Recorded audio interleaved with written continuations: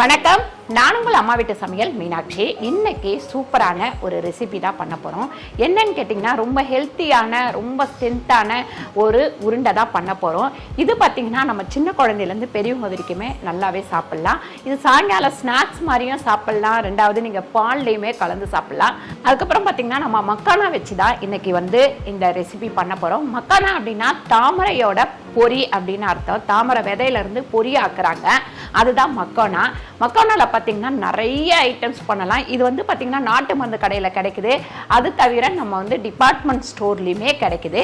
இது ரெகுலராக நம்ம பாலில் கலந்து எடுத்துக்கும் போது வெயிட் குறையும், ஆனால் உடம்போட எனர்ஜி அப்படியே இருக்கும். சிலருக்கு வெயிட் குறைக்கிறேன் அப்படின்னு சொல்லிட்டு எனர்ஜி குறைஞ்சிரும். அதுக்கு உண்டான ஃபுட்டு எடுத்துக்கும் போது இது எனர்ஜி அப்படியே இருக்கும், வெயிட் நல்லா குறையும். அதனால் இங்கே என்னென்ன தேவையான பொருட்கள் வச்சுருக்கேன்னு பார்க்கலாம். இங்கே 100 கிராம் மக்கானா வச்சுருக்கேன். இங்கே பார்த்தீங்கன்னா ஒரு 20 பாதாம் வச்சுருக்கேன். அதே மாதிரி காஞ்ச திராட்சை, கருப்பு திராட்சை ஒரு 20 வச்சுருக்கேன். வால்நட் பார்த்தீங்கன்னா ஒரு பவுலில் கொஞ்சமாக வச்சுருக்கேன். அதுக்கப்புறம் பிஸ்தா வச்சுருக்கேன்.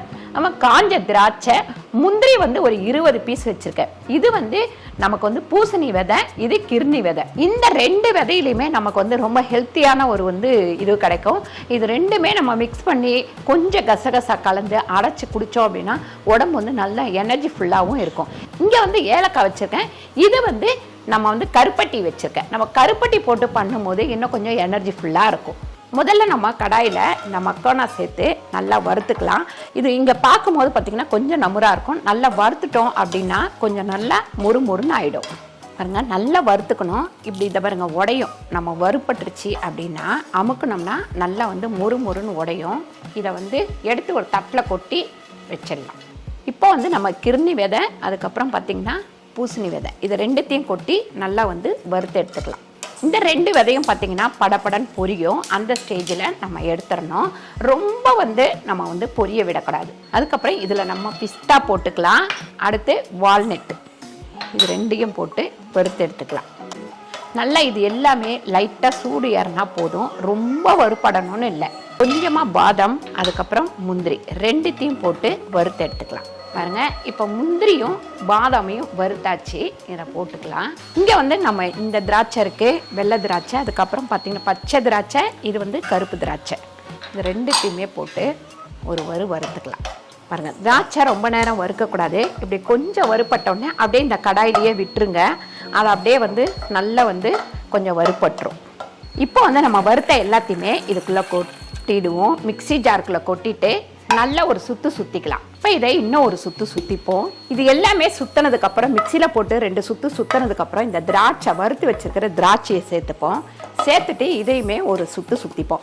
ஏன் திராட்சையை லாஸ்ட்டில் போடுறேன் அப்படின்னா ஒரு மாதிரி ஈரத்தன்மை இருக்கும், அதனால தான். இதில் ஒரு 7-8 ஏலக்காவை போட்டுக்கலாம். பாருங்கள், இதில் பாதியை நான் கொட்டி வச்சுருக்கேன். இங்கே பாதி வச்சுருக்கேன். இது பாலில் கலந்து குடிக்கிறதுக்கு, இது நம்ம உருண்டை பிடிக்கிறதுக்கு. நான் இதுக்குள்ளே உருண்டை பிடிக்கிறதுக்கு கருப்பட்டி வச்சுருக்கேன்.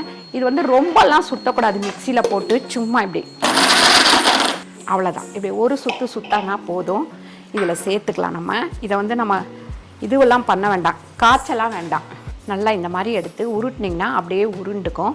ஏன்னு கேட்டிங்கன்னா லைட்டாக சூடு இருக்கும்.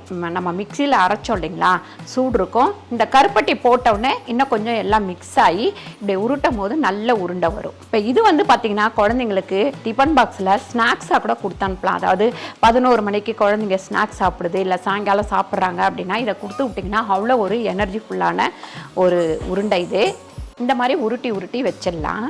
இங்கே பார்த்தீங்கன்னா உருட்டி வச்சாச்சு. இது நம்ம பாலில் கலந்து குடிக்கிறதுக்கு. இதுக்கு என்ன போடலான்னு பார்த்தீங்கன்னா கல்கண்டு போடலாம், பனங்கற்கண்டு போடலாம், கல்கண்டு போடலாம். நான் கல்கண்டு போடுறேன். இது நல்லா தூள் பண்ணிவிட்டு அதில் மிக்ஸ் பண்ணிக்கலாம். கல்கண்டை தூள் பண்ணிவிட்டு ஒரு 3லேருந்து ஒரு 4 ஸ்பூன் இதில் போட்டு கலந்து எடுத்து அப்படியே டப்பாவில் போட்டு வச்சுக்கோங்க. நைட்டு நீங்கள் இதை பாலில் கலந்து குடிக்கலாம். நைட்லேயும் குடிக்கலாம், காலையிலையும் குடிக்கலாம். சூப்பரான ஹெல்த்தியான ஒரு உருண்டையும் நம்ம இப்போ பொடியும் பண்ணிட்டோம், பாலில் ஊற்றி சாப்பிட்ற மாதிரி. இது வெயிட்டு குறைஞ்சாலுமே நம்மளோட எனர்ஜி ஃபுல்லாகவே அப்படியே இருக்கும். அந்த மாதிரி தான் நம்ம வெயிட்டை குறைக்கணும். ஒரு சிலர் வெயிட்டு குறைக்கிறோம் அப்படின்னு சொல்லிட்டு வெயிட்டு குறைக்கும் போது நம்ம எனர்ஜி கம்மியாகிடும். அந்த மாதிரி இல்லாமல் இது எனர்ஜியும் இருக்கும், வெயிட்டும் குறையும் நமக்கு. சூப்பரான இந்த ரெசிபி உங்களுக்கு பிடிச்சிருந்தா கீழே வந்து கமெண்ட் பண்ணுங்கள் எப்படி இருக்குது அப்படின்னு சொல்லிட்டு. ஆல்ரெடி இதை செஞ்சு நீங்கள் சாப்பிட்டுட்டு இருக்கீங்க அப்படின்னாலும் உங்களோட ரிசல்ட்டையும் கீழே வந்து சொல்லுங்கள் எப்படி இருக்குது அப்படின்ட்டு. இந்த வீடியோ உங்களுக்கு பிடிச்சிருந்தா லைக் பண்ணுங்கள், ஷேர் பண்ணுங்கள், சப்ஸ்கிரைப் பண்ணுங்கள், ஃபேஸ்புக்கில் ஷேர் பண்ணுங்கள், மறக்காமல் கமெண்ட் பண்ணுங்கள். நன்றி, வணக்கம்.